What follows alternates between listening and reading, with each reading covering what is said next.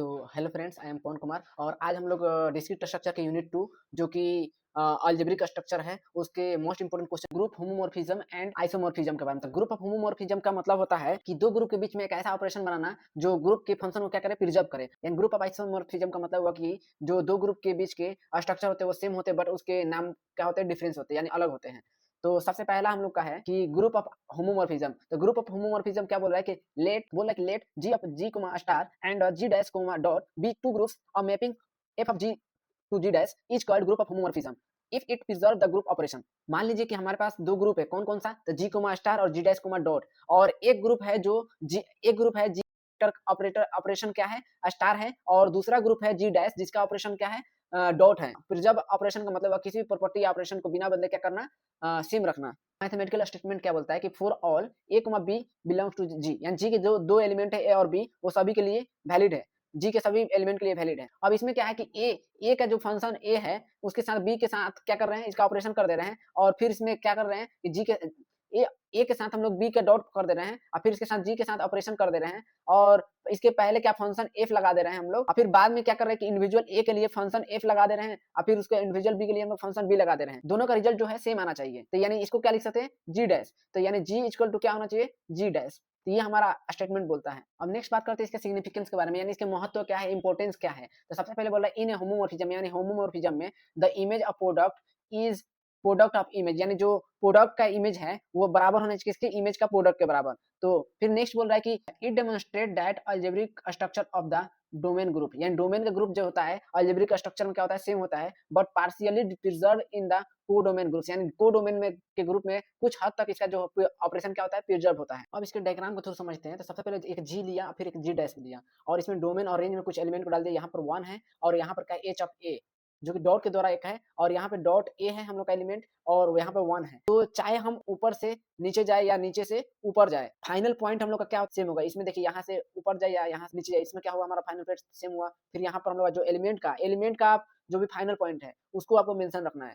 Conclusion में देखा जाए तो ग्रुप ऑफ होमोमॉर्फिज्म का मतलब हुआ कि दोनों ग्रुप जो है दोनों ग्रुप्स के स्ट्रक्चर है जी और जी डैश, तो उसका जो है मिलता जुलता हम लोग का होता है, चाहे दोनों ग्रुप्स एग्जैक्टली सेम हो या ना हो। ये क्या होना चाहिए, दोनों सेम ही की तरह इक्वल ही होगा, इसलिए इसको लिखते हैं G equal to approximately G dash. Group of isomorphism, तो इसमें a group homomorphism F of G to G dash is called an isomorphism. जो ग्रुप के होमोमॉर्फिज्म होते हैं वो जी टू जी डैश, उसी को क्या बोलते हैं, आइसोमॉर्फिज्म बोलते हैं। क्योंकि जब वो होमोमॉर्फिज्म और स्ट्रांग हो जाते हैं तो वो ग्रुप के आइसोमॉर्फिज्म में कन्वर्ट कर लेते हैं, तो वो ग्रुप के आइसोमॉर्फिज्म कहलाने लगते हैं। इसमें फिर बोल रहा है कि if the mapping is bijective this means F must be satisfied. जो फंक्शन होता है उसका मैपिंग कैसे किया जाता है, बाइजेक्टिव में। तो मैपिंग मतलब मापा जाता है बाइजेक्टिव में। बाइजेक्टिव का मतलब ही होता है क्या कि वन वन फंक्शन या ऑन टू फंक्शन होना चाहिए।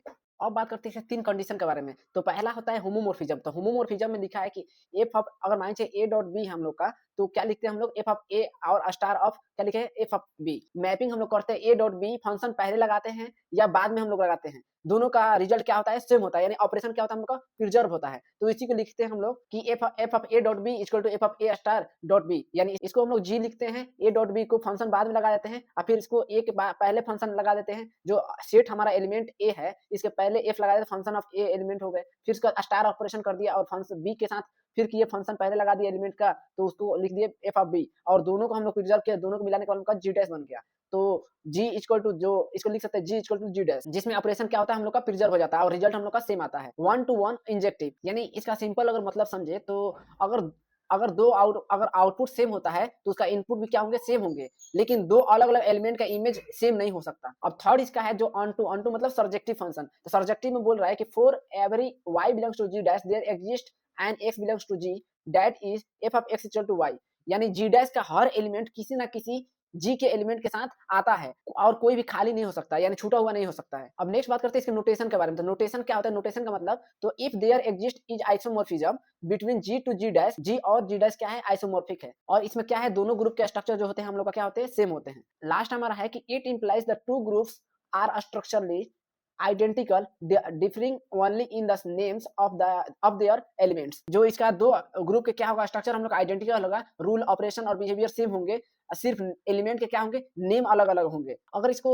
हम लोग कंक्लूजन के रूप में लिखे तो ऐसे लिख सकते हैं तीनों कंडीशन को, if mapping between two groups is homomorphism 1 1 and onto then groups are isomorphic and structurally identical.